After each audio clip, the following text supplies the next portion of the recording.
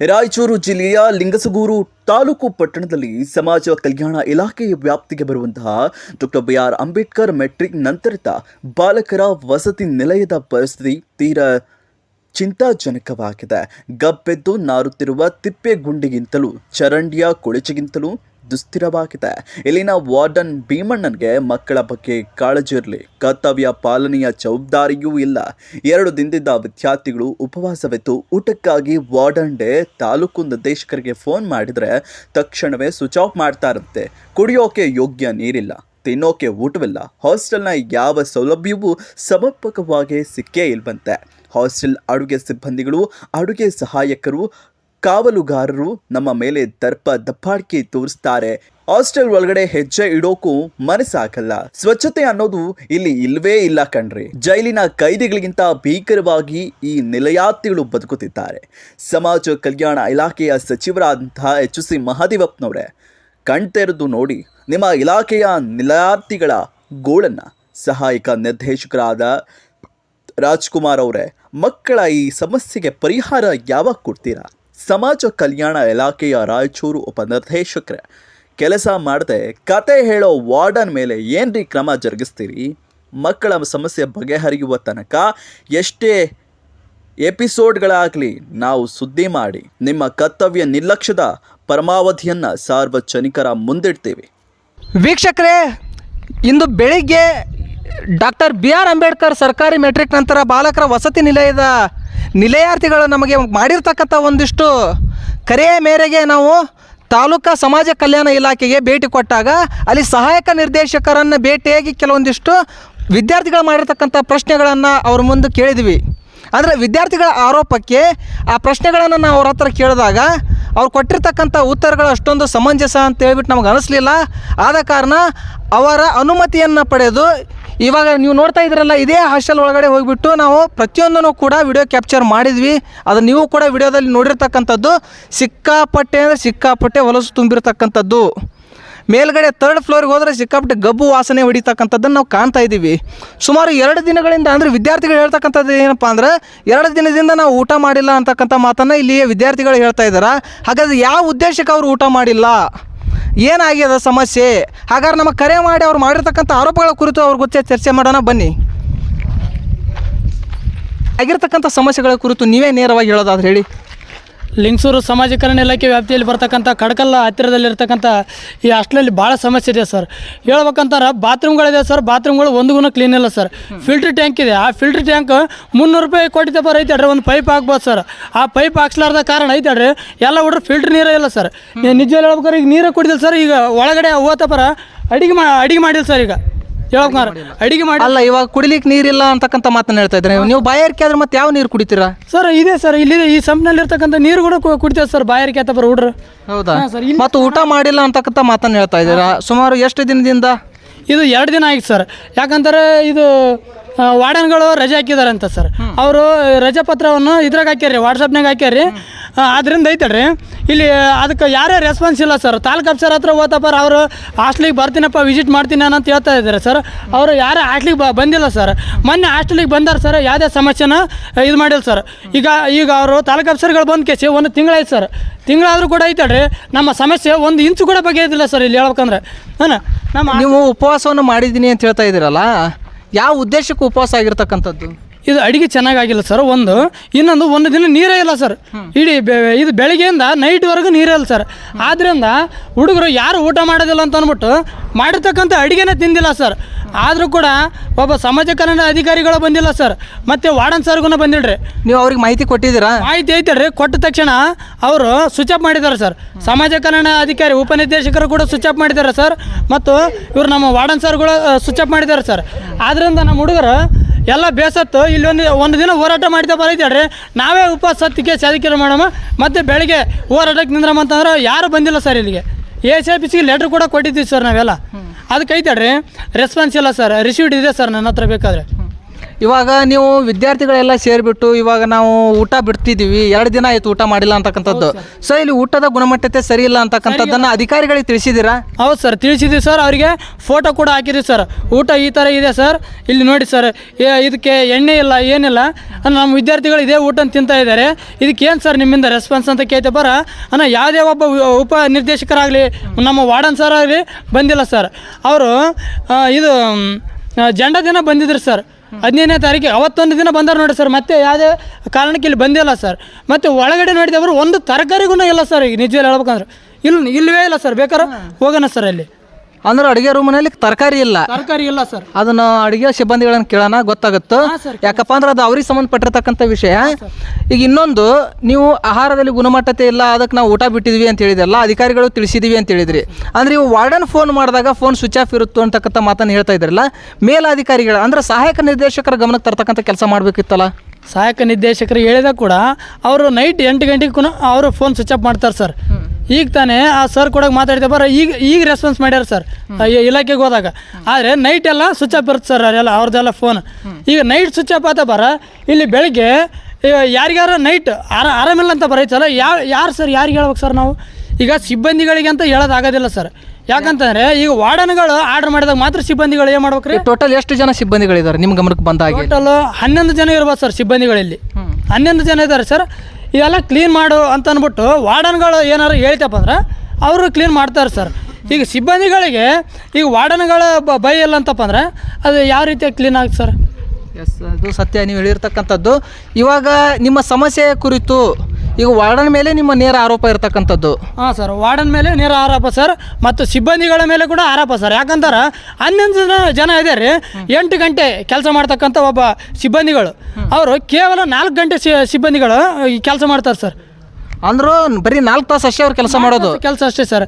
ಅಲ್ಲಿ ಅನ್ನ ನೀಡಕ್ಕೆ ಚಮಚಿ ಅಲ್ಲ ಸರ್, ಸೌಟ್ ಇಲ್ಲ ಸರ್. ಮತ್ತು ಅನ್ನ ನೀಡ್ಕೊಳಕ್ಕೆ ಇದು ಗಂಗಾಳ ಹಾಕ್ಬಿಟ್ಟು ಹಾಕ್ಯಂತಾರೆ ಸರ್ ನಮ್ಮ ಎಲ್ಲ ಹುಡುಗರು. ಇವಾಗ ಅದಕ್ಕೆ ಸಂಬಂಧಪಟ್ಟಾಗ ನೀವು ಮೇಲಾಧಿಕಾರಿಗಳ ಜೊತೆ ಚರ್ಚೆ ಮಾಡಿದ್ದೀರಿ? ಹಾಂ ಸರ್, ಚರ್ಚೆ ಮಾಡಿದ್ದೀವಿ ಸರ್. ಆದರೂ ಏನು ರೆಸ್ಪಾನ್ಸ್ ಮಾಡಿದಿಲ್ಲ ಸರ್. ಓಕೆ. ಅಂದರೆ ಇವಾಗ ನಾವು ಮೇಲ್ಗಡೆ ಹೋಗಿ ನೋಡ್ಕೊಂಡ್ಬಂದ್ವಿ, ಅಲ್ಲಿ ನಲ್ಲಿಲಿ ನೀರು ಬರ್ತಾ ಇಲ್ಲ. ಸೊ ನೀವಾಗ ಸ್ನಾನಕ್ಕೂ ಜಳಕಕ್ಕೂ ಮಾಡ್ಬೇಕಾದ್ರೆ ಏನು ಯಾವುದನ್ನ ಅನುಭವ ಇದು ಈ ಸಂಪ ಇದೆಯಲ್ಲ ಸರ್, ಈ ಸಂಪ ಹತ್ರ ನಾವು ಎಲ್ಲ ಸ್ನಾನ ಮಾಡೋದು ಮೇಲೆ ಅವಲಂಬನೆ ಇದ್ರ ಮೇಲೆ ಅವಲಂಬನೆ ಸರ್. ಇದಕ್ಕೆ ಒಂದು ದಿನ ನೀರಲ್ಲ ಅಂತ ರೈತಡ್ರಿ ಅವತ್ತಿನ ದಿನ ನಾವು ಎಕ್ಸಾಮ್ ಬಿಡ್ಬೇಕಾಗುತ್ತೆ ಸರ್. ಅಂಥ ಸಿಚುವೇಶನ್ ಇದಾಗಿಬಿಡುತ್ತೆ ಸರ್, ಇಲ್ಲಿ ಸೃಷ್ಟಿ ಆಗಿಬಿಡ್ತಾರೆ. ಆದ್ದರಿಂದ ಬೇರೆ ಹಾಸ್ಟ್ಲಿಗೆ ಕೂಡ ಅವಲಂಬನೆ ಆಗಿದೆ ಸರ್. ನಾವು ಬೇರೆ ಹಾಸ್ಟ್ಲಿಗೆ ಹೋಗ್ಬೇಕಾದ ಒಂದು ಸನ್ನಿವೇಶ ಇದು ಹತ್ತಿರ. ಈ ಹಾಸ್ಟ್ಲಿಗೆ ಹಲವಾರು ಅನುದಾನ ಬಂದರೂ ಕೂಡ ಒಬ್ಬ ಅಧಿಕಾರಿಗಳಾಗಿರ್ತಕ್ಕಂಥವ್ರು ಆ ಅನುದಾನವನ್ನು ಸರಿಯಾಗಿ ಉಪಯೋಗ ಮಾಡ್ಕೊಂಡಿಲ್ಲ ಸರ್. ಅಂದರೆ ಇಲ್ಲಿ ವಾರ್ಡನ್ಗಳು ಯಾವುದೇ ಒಂದು ಸಮಸ್ಯೆ ಬಂದುಬಿಟ್ರೆ ಸರ್ ಉದ್ದೇಶಪೂರ್ವಕವಾಗಿ ರಜೆ ಲೆಟ್ರನ್ನು ಹಾಕ್ತಕ್ಕಂಥದ್ದು ಈ ರೀತಿಯಾಗಿ ಮಾಡ್ತಾರೆ ಸರ್. ಈಗ ಮೊನ್ನೆ ಊಟದ ಸಮಸ್ಯೆ ಬಂದಿದೆ ಸರ್. ಆ ಊಟದ ಸಮಸ್ಯೆಗೆ ಯಾವುದೇ ರೆಸ್ಪಾನ್ಸ್ ಮಾಡಿದೆ ಬೆಳಿಗ್ಗೆ ಏನು ಮಾಡ್ಯಾರ ಸರ್, ಇದು ರಜೆ ಲೆಟ್ರ್ ಹಾಕ್ಯಾರ ಸರ್. ನನಗೆ ಆರಾಮಿಲ್ಲ ಅಂತ ಅಂದ್ಬಿಟ್ರೆ 5 ದಿನ ರಜೆ ಲೆಟ್ರ್ ಹಾಕ್ಯಾರ ಸರ್. ಅಂಥ ರಜೆ ಲೆಟ್ರನ್ನ ಯಾವ ರೀತಿಯಾಗಿ ಇದು ಮಾಡ್ರಿ ಅಂತ ನೀವು ಅಲ್ಲಿ ಕೇಳ್ಕೋಬೇಕು ಸರ್. ವೀಕ್ಷಕರೇ, ನೀವೇನು ಕೇಳ್ತಾ ಇದ್ದೀರಲ್ಲ, ಇದು ವಿದ್ಯಾರ್ಥಿಗಳ ನೇರ ಆರೋಪವಾಗಿರ್ತಕ್ಕಂಥದ್ದು. ಕೇವಲ ಒಬ್ಬ ವಿದ್ಯಾರ್ಥಿ ಧೈರ್ಯ ಮಾಡಿ ಮುಂದೆ ಬಂದು ಮಾತಾಡಿರ್ತಕ್ಕಂಥದ್ದು. ಸ್ವತಃ ನಾವು ಒಳಗಡೆ ಹೋಗಿ ನೋಡಿದಾಗ ಸಾಕಷ್ಟು ರೀತಿಯ ಸಮಸ್ಯೆಗಳಲ್ಲಿ ಇರ್ತಕ್ಕಂಥದ್ದು, ಮೂಲಭೂತ ಸೌಕರ್ಯಗಳ ಕೊರತೆ ಮೇಲಾಗಿ ಎದ್ದು ಕಾಣ್ತಾನೇ ಇದೆ. ನಾನು ನಿಮಗೆ ತೋರಿಸ್ತಾ ಹೋಗ್ತೀನಿ. ಈ ಹಾಸ್ಟೆಲ್ ಪಕ್ಕದಲ್ಲಿ ಏನು ಒಂದು ದೋಣಿ ಥರ ಇರ್ತಕ್ಕಂಥದ್ದು, ಇಲ್ಲೇ ಇವರು ಸ್ನಾನ ಮಾಡ್ತಕ್ಕಂಥದ್ದನ್ನು ಅವ್ರು ಹೇಳ್ತಾ ಇರೋದು. ಇಲ್ಲಿ ಸ್ನಾನ ಮಾಡೋದು ಅಷ್ಟೇ ಅಲ್ಲ, ಇದೇ ನೀರನ್ನು ಅಡುಗೆ ಕೆಲಸಕ್ಕೆ ಬಳಕೆ ಮಾಡ್ತಾರೋ ಅಂತಕ್ಕಂಥ ಒಂದು ಆರೋಪವನ್ನು ಇಲ್ಲಿಯ ನಿಲಯಾರ್ಥಿಗಳು ಮಾಡ್ತಾ ಇದ್ದಾರೆ. ಇವಾಗ ನೀವು ನೋಡ್ಬೋದು, ಈಗೇನು ಇಲ್ಲಿ ಹುಡುಗರು ಕೂಡ ಮುಖ ತೊಳಿತಾ ಇದ್ದಾರೆ. ಸೊ ಈಗ ಎಲ್ಲಿ ಅವರು ತೊಳೆದಿರ್ತಕ್ಕಂಥದ್ದು ಏನು ಮಾಲಿನ್ಯಕಾರಕರ ಆಗಿರ್ಬೋದು, ಹೊಲಸಾಗಿರ್ಬೋದು, ಹೋಗಿ ನೇರವಾಗಿ ಇದ್ರೊಳಗೆ ಬೀಳ್ತಕ್ಕಂಥ ಅವಕಾಶ ಇರ್ತದೆ. ಇದನ್ನು ಮುಚ್ಚಲಿಕ್ಕೂ ಯಾವುದೂ ಇದನ್ನು ಮಾಡಿಲ್ಲ. ಇಲ್ಲಿ ನೋಡಿ, ಇಲ್ಲಿ ಮುಚ್ಚಲಿಕ್ಕೆ ಯಾವುದೇ ರೀತಿಯಲ್ಲಿ ಇದು ಇಲ್ಲ, ಏನೇ ಇದ್ರೊಳಗಡೆ ಬೀಳ್ತಕ್ಕಂಥದ್ದು. ಸೊ ಇಂಥ ನೀರನ್ನು ಇಲ್ಲಿ ಹಾಸ್ಟೆಲ್ ಸುತ್ತಮುತ್ತ ಯಾವುದೇ ರೀತಿಯಲ್ಲಿ ಸ್ವಚ್ಛತೆ ಅಂತಕ್ಕಂಥದ್ದು ಮೇಂಟೈನ್ ಆಗಿಲ್ಲ. ಇಂಥ ನೀರಿನಲ್ಲಿ ಅಡುಗೆ ಮಾಡ್ತಕ್ಕಂಥದ್ದು, ಇಂಥ ನೀರನ್ನು ಸ್ನಾನ ಮಾಡ್ತಕ್ಕಂಥದ್ದನ್ನು, ಇದೇ ನೀರನ್ನು ಕುಡಿತಕ್ಕಂಥದ್ದನ್ನು ಇಲ್ಲಿ ನಿಲಯಾರ್ಥಿಗಳು ಆರೋಪಿಸ್ತಾ ಇದ್ದಾರೆ. ಇದಕ್ಕೆ ಸಂಬಂಧಪಟ್ಟ ಹಾಗೆ ಮೇಲಾಧಿಕಾರಿಗಳು ಯಾವ ರೀತಿಯಾಗಿರ್ತಕ್ಕಂಥ ಕ್ರಮ ಜರುಗಿಸ್ತಾರೆ ಕಾದು ನೋಡಬೇಕಾಗಿದೆ. ವೀಕ್ಷಕರೇ, ಅಂಬೇಡ್ಕರ್ ಪದವಿ ವಸತಿ ನಿಲಯದ ವಿದ್ಯಾರ್ಥಿಗಳು ಅಂದರೆ ವಸತಿ ನಿಲಯಾರ್ಥಿಗಳು ಮಾಡಿರ್ತಕ್ಕಂಥ ಕೆಲವೊಂದಿಷ್ಟು ಆರೋಪಗಳನ್ನ ಮುಂದಿಟ್ಟುಕೊಂಡು ಇವತ್ತಿನ ದಿನ ನಾವು ಲಿಂಗಸೂರು ತಾಲೂಕಿನ ಸಮಾಜ ಕಲ್ಯಾಣ ಇಲಾಖೆಯ ಸಹಾಯಕ ನಿರ್ದೇಶಕರನ್ನು ಸಂಪರ್ಕ ಮಾಡಿರ್ತಕ್ಕಂಥದ್ದು. ಆ ವಿದ್ಯಾರ್ಥಿಗಳ ಸಮಸ್ಯೆಯ ಕುರಿತು ಕೆಲವೊಂದಿಷ್ಟು ಮಾಹಿತಿಗಳನ್ನು ಸಹಾಯಕ ನಿರ್ದೇಶಕರ ಮೂಲಕ ಪಡಿತಕ್ಕಂಥ ಕೆಲಸ ಮಾಡೋಣ. ಸರ್ ನಮಸ್ತೆ ಸರ್. ಇದು ಈಗ ಏನು ಲಿಂಗಸೂರಿನಲ್ಲೇ ಇರತಕ್ಕಂಥ ಅಂಬೇಡ್ಕರ್ ಪದವಿ ವಸತಿ ನಿಲಯದ ಕೆಲವೊಂದಿಷ್ಟು ನಿಲಯಾರ್ಥಿಗಳು ತಮ್ಮ ಇಲಾಖೆಯ ಕುರಿತು, ತಮ್ಮ ಆಡಳಿತದ ಕುರಿತು ಮತ್ತು ಅವರ ಹಾಸ್ಟೆಲ್ನ ವಾರ್ಡನ್ನ ಕುರಿತು ಕೆಲವೊಂದಿಷ್ಟು ದೂರನ್ನು ನಮ್ಮ ವಾಹಿನಿಗೆ ಕರೆ ಮಾಡಿ ಕೊಟ್ಟಿರ್ತಕ್ಕಂಥದ್ದು. ಜೊತೆಗೆ ಸ್ವತಃ ಅವರು ನೇರವಾಗಿ ಬಂದು ತಮ್ಮ ಕೂಡ ಚರ್ಚೆಗಳನ್ನು ಕೂಡ ಮಾಡಿರ್ತಕ್ಕಂಥದ್ದು ಸರ್. ಅವರು ಮಾಡಿರ್ತಕ್ಕಂಥ ಕೆಲವೊಂದಿಷ್ಟು ಆರೋಪಗಳಲ್ಲಿ ಪ್ರಮುಖವಾಗಿ ನಮಗೆ ಸರಿಯಾಗಿ ಊಟವನ್ನು ಕೊಡ್ತಾ ಇಲ್ಲ, ವಸತಿ ನಿಲಯದಲ್ಲಿ ಸ್ವಚ್ಛತೆಯನ್ನು ಕಾಪಾಡ್ಕೊಳ್ತಾ ಇಲ್ಲ, ನಮಗೆ ಬೇಕಾಗಿರ್ತಕ್ಕಂಥ ಮೂಲ ಸೌಕರ್ಯಗಳು ಕೂಡ ಸರಿಯಾದ ಪ್ರಮಾಣದಲ್ಲಿ ಸಿಗ್ತಾ ಇಲ್ಲ. ಮೇಲಾಗಿ ನಾವು ಏನಾದರೂ ಸಮಸ್ಯೆಗಳನ್ನು ಹೇಳ್ಕೊಂಡ್ಬಿಟ್ಟು ಇಲಾಖೆಯ ಸಿಬ್ಬಂದಿಗಳಾಗಿರ್ತಕ್ಕಂಥವ್ರಿಗೆ ಅಂದರೆ ನಮ್ಮ ವಾರ್ಡನವ್ರಿಗೆ ಕರೆ ಮಾಡಿದ್ರು ಕೂಡ ಅವ್ರು ನಮಗೆ ಸರಿಯಾಗಿ ರೆಸ್ಪಾನ್ಸ್ ಮಾಡ್ತಾ ಇಲ್ಲ. ಜೊತೆಗೆ ನಾವು ಸಹಾಯಕ ನಿರ್ದೇಶಕರನ್ನು ಕರೆ ಮಾಡಿ ಸಂಪರ್ಕ ಮಾಡಿದ್ರೆ ಅವರು ಕೂಡ ನಮ್ಮ ಒಂದು ಸಮಸ್ಯೆಯನ್ನು ಕೇರ್ಲೆಸ್ ಮಾಡ್ತಾ ಇದ್ದಾರೆ ಅಂತಕ್ಕಂಥ ಮಾತನ್ನು ಹೇಳ್ತಾ ಇದ್ದಾರೆ. ಇದಕ್ಕೆ ಸಂಬಂಧಪಟ್ಟಂಗೆ ತಾವೇನು ಹೇಳ್ತೀರಿ ಸರ್? ಸರ್ ನಾನು ಅಡಿಷ್ನಲ್ ಚಾರ್ಜ್ ತೊಗೊಂಡಿರೋದು, ಮೂಲ ಚಾರ್ಜ್ ನಾನು ದೇವದುರ್ಗ ತಾಲೂಕು ಆಫೀಸರು. ಇಲ್ಲ ಅಡಿಷ್ನಲ್ ತೊಗೊಳ್ತಾ ಒಂದು ತಿಂಗಳಾಗಿಲ್ಲ. ನಾನು ಬಂದಮೇಲೆ ಒಂದು 2 ಸಲ ವಿಸಿಟ್ ಮಾಡಿದ್ದೀನಿ. ಅಲ್ಲಿ ಮೇನ್ ಕಾರಣ ವಾರ್ಡನವರು ಚೆನ್ನಾಗಿ ವರ್ಕ್ ಮಾಡ್ತಾಯಿಲ್ಲ. ಅವ್ರಿಗೆ ಕರೆಸಿ ತಿಳಿಸಿ ಹೇಳಿದ್ದೀನಿ. ಮತ್ತು ಆಲ್ರೆಡಿ 2 ಸಲ 3 ಸಲ ಕರೆಸಿ ಹೇಳಿದ್ದೀನಿ, ತಿಳಿಸಿ ಹೇಳಿದ್ದೀನಿ. ಆಮೇಲೆ ಮೊನ್ನೆಯಿಂದ ಅವರು ನಾನು ಬಂದಾಗಿಂದ ಸ್ವಿಚ್ ಆಫ್ ಮಾಡ್ತಾಯಿದ್ದಾರೆ. ಹಾಗಾಗಿ ಒಂದು ಕಾರಣ ಕೇಳೋ ನೋಟಿಸನ್ನ ದಿನಾಂಕ 38ರಂದು ಒಂದು ನೋಟಿಸ್ ಜಾರಿ ಮಾಡಿದ್ದೀನಿ ಅವರಿಗೆ. 31 ನೋಟಿಸ್ ಜಾರಿ ಮಾಡಿ ಇಮಿಡಿಯೇಟಾಗಿ ನಿಮ್ಮ ವಾಟ್ಸಪ್ಪಲ್ಲಿ ರಜೆ ಮಂಜೂರು ಮಾಡೋ, ವಾಟ್ಸಪ್ಪಲ್ಲಿ ರಜೆ ಮಂಜೂರು ಮಾಡಲಿಕ್ಕೆ ಅವಕಾಶ ಇಲ್ಲ, ನೀವು ಇಮಿಡಿಯೇಟ್ ಬಂದು ಕರ್ತವ್ಯಕ್ಕೆ ನಿರ್ವಹಿಸಿ ವಿದ್ಯಾರ್ಥಿಗಳ ಸಮಸ್ಯೆ ಪರಿಹರಿಸಿ ಅಂತ ಅವ್ರಿಗೆ ಹೇಳಿದ್ದೀನಿ. ನೋಟಿಸ್ ಕೂಡ ಜಾರಿ ಮಾಡಿದ್ದೀನಿ. ನೋಟಿಸ್ ಜಾರಿ ಮಾಡಿ 2-3 ದಿವಸ ಆಯಿತು, ಇನ್ನೂವರೆಗೆ ಅವರು ಸ್ವಿಚ್ ಆನ್ ಮಾಡಿಲ್ಲ. ಹಾಗಾಗಿ ಇವತ್ತು ಫೈನಲ್ ನೋಟಿಸ್ ಕೊಟ್ಟು ಅವ್ರನ್ನ ತೆಗೆದು ಬೇರೆಯವ್ರನ್ನ ವಾರ್ಡನ್ನು ನೇಮಿಸ್ಲಿಕ್ಕೆ ನಾನು ಕ್ರಮ ತಗೋತಾ ಇದ್ದೀನಿ ಇವತ್ತು. ಸರ್, ವಿದ್ಯಾರ್ಥಿಗಳು ಮತ್ತೊಂದು ಮಾತನ್ನು ಹೇಳ್ತಕ್ಕಂಥದ್ದು, ನಾವು ಕರೆ ಮಾಡಿರೋ ವಾರ್ಡನ್ ನಂಬರ್ ಅಷ್ಟೇ ಸ್ವಿಚ್ ಆಫ್ ಅಲ್ಲ, ನಾವು ಫೋನ್ ಮಾಡಿದ ತಕ್ಷಣವೇ ಮಾಡಿ ನಮ್ಮ ಸಮಸ್ಯೆಯನ್ನು ಯಾವಾಗ ಸಹಾಯಕ ನಿರ್ದೇಶಕರ ಮುಂದೆ ಹೇಳ್ತೀವೋ ಹೇಳಿದ ನೆಕ್ಸ್ಟ್ ಮಿನಿಟೇ ಸಹಾಯಕ ನಿರ್ದೇಶಕರ ನಂಬರ್ ಕೂಡ ಸ್ವಿಚ್ ಆಫ್ ಆಗಿರುತ್ತೋ ಅಂತಕ್ಕಂಥ ಆರೋಪವನ್ನು ಮಾಡ್ತಾ ಇದ್ದಾರೆ ಸರ್. ಇದಕ್ಕೆ ಸಂಬಂಧಪಟ್ಟಂಗೆ ತಾವು ಏನು ಹೇಳ್ತೀರಿ ಸರ್? ನಿನ್ನೆ ಹೇಳ್ತಾ ಇದ್ದಾರೆ, ನಾನು ಬಂದಾಗಿಂದ ಒಂದು 100 ಜನ ಕಂಟಿನ್ಯೂ ಫೋನ್ ಮಾಡ್ತಾ ಇದ್ದಾರೆ. ಒಬ್ಬರಿಗೆ ರೆಸ್ಪಾನ್ಸ್ ಮಾಡಿಗೆ ಇವ್ರು ಬಿಜಿ ಬರುತ್ತೆ, ಇವ್ರಿಗೆ ಬಿಜಿ ಬರುತ್ತೆ. ನಾನು ಫಸ್ಟ್ ಟೈಮ್ ಅಷ್ಟು 100 ಜನಕ್ಕೆ ಫೋನ್ ಅಟೆಂಡ್ ಮಾಡ್ತಾ ಇಲ್ಲಿ ಬೆಳಿಗ್ಗೆ ಆಫೀಸಿಗೆ ಬಂದು ಸಂಜೆ ಮನೆಗೆ ಹೋದ 9-10 ಗಂಟೆ ಆಗಿರುತ್ತೆ. ಅಲ್ಲೇ ಚಾರ್ಜ್ ಹೋಗಿರುತ್ತೆ, ಒಂದೊಂದು ಟೈಮ್ ಸ್ವಿಚ್ ಆಫ್ ಆಗುತ್ತೆ. ಉದ್ದೇಶಪೂರ್ವಕ ಸ್ವಿಚ್ ಆಫ್ ಮಾಡಿರೋದ್ರಲ್ಲ, ಇದು ಫಸ್ಟ್ ಟೈಮ್ ನಿನ್ನೆ ಆಗಿರೋದು. ಅವ್ರು ಹೇಳ್ತಾ ಇರೋದು ಮೊದಲಿಂದ ಯಾವತ್ತೂ ಸ್ವಿಚ್ ಆಫ್ ಮಾಡಿಲ್ಲ ನಾನು. ವಾರ್ಡನ್ ಇಲ್ಲ ಅಂದರೂ 100 ವಿದ್ಯಾರ್ಥಿಗಳು ಫೋನ್ ಮಾಡಿ ನಾನೇ ಕರೆ ಸ್ವೀಕಾರ ಮಾಡಿದ್ದೀನಿ. ಮತ್ತು ಕನ್ಸರ್ನ್ ನಮ್ಮ ವಾರ್ಡನಿಗೆ ಫೋನ್ ಮಾಡಿ ಹೇಳಿದ್ದೀನಿ, ಅಡಿಗೆಯವ್ರಿಗೆ ಫೋನ್ ಮಾಡಿ ಹೇಳಿದ್ದೀನಿ. ನೋಡಿ ಅಲ್ಲಿ ಹೋಗಿ ನೀವು ಸ್ವಲ್ಪ ಅಲ್ಲಿ ಏನು ಸಮಸ್ಯೆ ಪರಿಹರಿಸಿ ಅಂತ ಹೇಳಿದ್ದೀನಿ. ನಾನು ಅಂಥದ್ದಲ್ಲಿ ನನ್ನ ಶಕ್ತಿ ಮೀರಿ ಪ್ರಯತ್ನ ಮಾಡಿದ್ದೀನಿ. ಮತ್ತು ಅದೇ ವಿದ್ಯಾರ್ಥಿಗಳು ಹೇಳ್ತಕ್ಕಂಥದ್ದು ಏನಪ್ಪ ಅಂದ್ರೆ, ನಿಮ್ಮ ಗಮನಕ್ಕೆ ಬಂದರೂ ಕೂಡ ನೀವು ಸರಿಯಾಗಿ ಕೆಲಸ ಮಾಡ್ತಾ ಇಲ್ಲ, ಅವರುಗಳನ್ನು ತರಾಟೆ ತೊಗೊಳ್ತಕ್ಕಂಥ ರೀತಿಯಲ್ಲಿ ಶಿಸ್ತುಬದ್ಧ ಕ್ರಮ ಜರುಗಿಸ್ತಕ್ಕಂಥ ರೀತಿಯಲ್ಲಿ ಕಾರ್ಯನಿರ್ವಹಿಸ್ತಾ ಇಲ್ಲ ಅಂತಕ್ಕಂಥ ಆರೋಪವನ್ನು ಮಾಡ್ತಾ ಇದ್ದಾರೆ ಸರ್. ಬಟ್ ಅವ್ರಿಗೆ ಇರ್ತಕ್ಕಂಥ ಮುಖ್ಯ ಸಮಸ್ಯೆ ಅಂದರೆ ಊಟದ ಸಮಸ್ಯೆ. ಇಲ್ಲಿ ಅಡುಗೆಯವರು ಅಡುಗೆ ಮಾಡೋದು ಬಿಟ್ಟು ಕಾವಲುಗಾರ ಅಂದರೆ ಗೇಟ್ ಕಾಯ್ತಕ್ಕಂಥವ್ರು ಬಂದು ಅಡುಗೆ ಮಾಡ್ತಾ ಇದ್ದಾರೆ. ಅದು ವಿಮಾಲ್ ಹಾಕೊಂಡ್ಬಿಟ್ಟು ಅಡುಗೆ ಮಾಡ್ತಾರೆ, ಅದ್ರೊಳಗೆ ಫಿನಾಯ್ಲ್ ಹಾಕಿಬಿಟ್ರೆ ನಮ್ಗೆ ಏನಾರ ಆದರೆ ಯಾರು ಹೊಣೆಗಾರರು ಅಂತಕ್ಕಂಥ ಪ್ರಶ್ನೆಯನ್ನು ನಿಲಯಾರ್ಥಿಗಳು ಮಾಡ್ತಕ್ಕಂಥದ್ದು ಸರ್. ಇದಕ್ಕೇನು ಹೇಳ್ತೀರಿ ಸರ್? ನನಗೆ ಈ ಗಮನಕ್ಕೆ ಬಂದಿದೆ, ಅದನ್ನು ಅವ್ರ ಮೇಲೆ ಕ್ರಮ ಜರುಗಿಸ್ತೀನಿ. ವಾರ್ಡನ್ ಮೇನ್ ಪ್ರಾಬ್ಲಮ್ ಇರೋದು ವಾರ್ಡನಿಂದ. ವಾರ್ಡನ್ ಬರದೇ ಎಲ್ಲ ಸಮಸ್ಯೆಗಳಾಗಿದೆ. ನಾನು ವಾರ್ಡನ್ ಇವತ್ತೇ ಬೇರೆ ವಾರ್ಡನ್ಗೆ ನೇಮಕ ಮಾಡ್ತೀನಿ. ಮಾಡಿ ಅದ್ರ ಮೇಲೆ ಅವ್ರು ಏನಾದ್ರು ಮಾಡಲಿಲ್ಲ ಅಂದ್ರೆ ಅವ್ರ ಮೇಲೆ ಕ್ರಮ ತಗೋತೀನಿ ಸರ್. ಅಂದರೆ ಆ ನಿಲಯಾರ್ಥಿಗಳು ಮಾಡಿರ್ತಕ್ಕಂಥ ಆರೋಪವನ್ನು ನೋಡಿದಾಗ ಹಾಸ್ಟೆಲ್ನಲ್ಲಿ ಮೆನು ಚಾಟ್ ಏನಿದೆಯಲ್ಲ, ಆ ಮೆನು ಚಾಟ್ ಪ್ರಕಾರ ನಮ್ಗೆ ಊಟವನ್ನು ಕೊಡ್ತಾ ಇಲ್ಲ, ಮೇಲಾಗಿ ಊಟದಲ್ಲಿ ಗುಣಮಟ್ಟತೆ ಇಲ್ಲ ಅಂತಕ್ಕಂಥ ಒಂದು ಆರೋಪವನ್ನು ಮಾಡ್ತಾ ಇದ್ದಾರೆ ಸರ್. ಇದನ್ನು ತಮ್ಮ ಗಮನಕ್ಕೆ ಕೂಡ ತಂದಿದ್ದಾರೆ ಅಂತ, ಆದರೂ ಕೂಡ ನೀವು ಏನು ಕ್ರಮ ಕೈಗೊಂಡಿಲ್ಲ ಅಂತಕ್ಕಂಥ ಮಾತನ್ನು ಹೇಳ್ತಾ ಇದ್ದಾರೆ ಸರ್. ಚಾಟ್ ಬಗ್ಗೆ ನನ್ನ ಗಮನಕ್ಕೆ ತಂದಿಲ್ಲ ಸರ್. ಮೆನು ಚಾಟ್ ಇಲ್ಲಿ ಇಷ್ಟು ವರ್ಷನೂ ಮೆನು ಚಾಟ್ ಅಲ್ಲಿ ಮೇಂಟೈನ್ ಮಾಡಿಲ್ಲ ಅಂತ ನಾನು ಹೇಳಿದೆ. ಇಲ್ಲಿ ಅದು ಮೆನು ಚಾಟ್ ಮಾಡೋಕ್ಕೆ ಬಿಡ್ತಾ ಇಲ್ಲ ಅಂತ ನನಗೆ ಗಮನಕ್ಕೆ ಬಂದು ಇವತ್ತಿಂದ ಮೆನು ಚಾಟ್ ಹಾಕ್ತೀನಿ, ಮೆನು ಪ್ರಕಾರ ಮಾಡ್ಕೊಂಡು ಹೋಗಲಿ. ಅವ್ರು ಮೆನು ಚಾಟ್ ಪ್ರಕಾರ ಊಟ ಕೊಡ್ತೀವಿ, ಅದ್ರ ಪ್ರಕಾರ ಅವರು ಅದಕ್ಕೆ ಬದ್ಧರಾಗಿ ಮಾಡ್ಕೊಂಡು ಹೋಗ್ಲಿ, ಮಾಡಿಸ್ತೀನಿ.